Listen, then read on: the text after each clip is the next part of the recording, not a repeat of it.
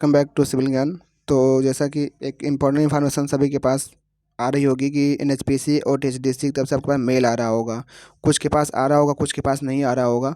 तो उसी के रिस्पेक्ट में हम बात करने वाले हैं कि वो क्या है, क्यों आ रहा है और क्या उसके आने से आपका सिलेक्शन पक्का है या नहीं है। तो अभी हमने टीएचडीसी और एनएचपीसी में वर्किंग एक अपने दोस्त से बात की है जो कि पिछले वैकेंसी में सिलेक्टेड थे और मौजूदा वर्तमान में वो काम कर रहे हैं एनएचपीसी के थ्रू।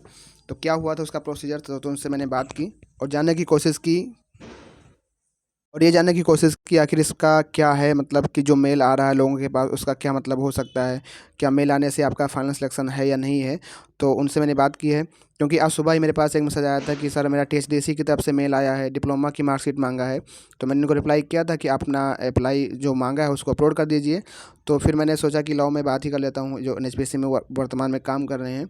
तो उनसे मैंने सुबह ही मैसेज किया था और भाई का रिप्लाई भी आया है, तो मैं आपको दिखा देता हूँ भाई ने क्या कहा। मैंने ये पूछा था कि आप जैसे कि जब आपका ज्वाइनिंग हुआ था, जब आप सिलेक्टेड हुए थे, तो क्या उसका प्रोसीजर था, क्या कैसे रिजल्ट आता है। तो उन्होंने बताया, जो मेरा क्वेश्चन था ये था कि कि आप बताइए कि जो रिजल्ट आने से पहले कुछ लोगों का डॉक्यूमेंट में मांगा जा रहा है तो उसका क्या है, क्या तरीका है, कैसे क्या होता है। तो उन्होंने बताया कि जिसका भी डॉक्यूमेंट, ये कह रहे हैं कि जिसका सबका डॉक्यूमेंट नहीं मांगते हैं, जिसका डॉक्यूमेंट में कोई कमी होगा या उनसे अपलोड नहीं किया गया होगा अप्लाई करते समय, उसी का डॉक्यूमेंट मांगते हैं। तो ऐसा नहीं है कि जिसका नहीं आया है मेल तो उसका सिलेक्शन नहीं होगा, उसका भी सिलेक्शन होगा अगर उसके नंबर अच्छे हैं। तो उसका अगर नहीं मांगा गया है तो उसका हो सकता है अपलोड हो, उसमें कोई कमी ना हो। तो जिसके डॉक्यूमेंट में कोई कमी होती है, जिसके डॉक्यूमेंट में कोई कमी होती है भाई, तो उसी से ही मांगा जाता है। जिससे डॉक्यूमेंट मंगाया है उसका सिलेक्शन पक्का है। इस बात को भी इन्होंने पुष्टि की है क्योंकि जब 44 पोस्ट थी इनका सिलेक्शन हुआ था भाई का, उसमें तो इनके पास भी मेल आया था।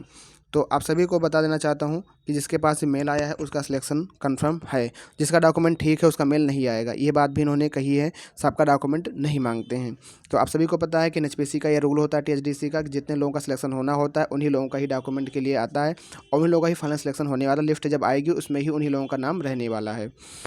तो इस बात की पुष्टिकरण ये हो चुकी है कि जिन भी लोगों का मेल आ रहा है उनका सिलेक्शन तो कंफर्म है, चाहे टीएचपीसी में हो या आपका टीएचडीसी में रहने वाला हो, कहीं ना कहीं आप दोनों में से हो जाएगा। और जिन लोगों का मेल नहीं आ रहा है तो वो ना घबराएं कि हाँ हमारा नंबर होने के बाद हमें मेल क्यों नहीं आ रहा है, क्योंकि आपके डॉक्यूमेंट सही होंगे, अपलोडेड होंगे तो आपसे नहीं मांगा जाएगा। तो इस बात की उन्होंने पुष्टि की है। बाकी आई होप आप सभी लोग समझ गए होंगे क्या ये रीज़न है किस वजह से मेल सबको आ रहा है। तो उम्मीद करता हूँ आपको समझ में आ गया हो, क्योंकि मैंने देखा बहुत से लोग परेशान हो रहे थे और काफ़ी लोग इस पे वीडियो बना रहे थे। आप लोगों ने बहुत परेशान होकर के काफ़ी लोग क्वेश्चन भी पूछा पर किसी को रियल ऑथेंटिक बातें नहीं पता थी। तो मैंने सोचा अगर मैं बात करके अगर ये बता पाऊँ आपको कि क्या इसका मेन रीज़न है, तो मैंने आपको बता दिया है। तो अगर आई होप आपको समझ में आ गया होगा, अब घबराने की ज़रूरत नहीं है।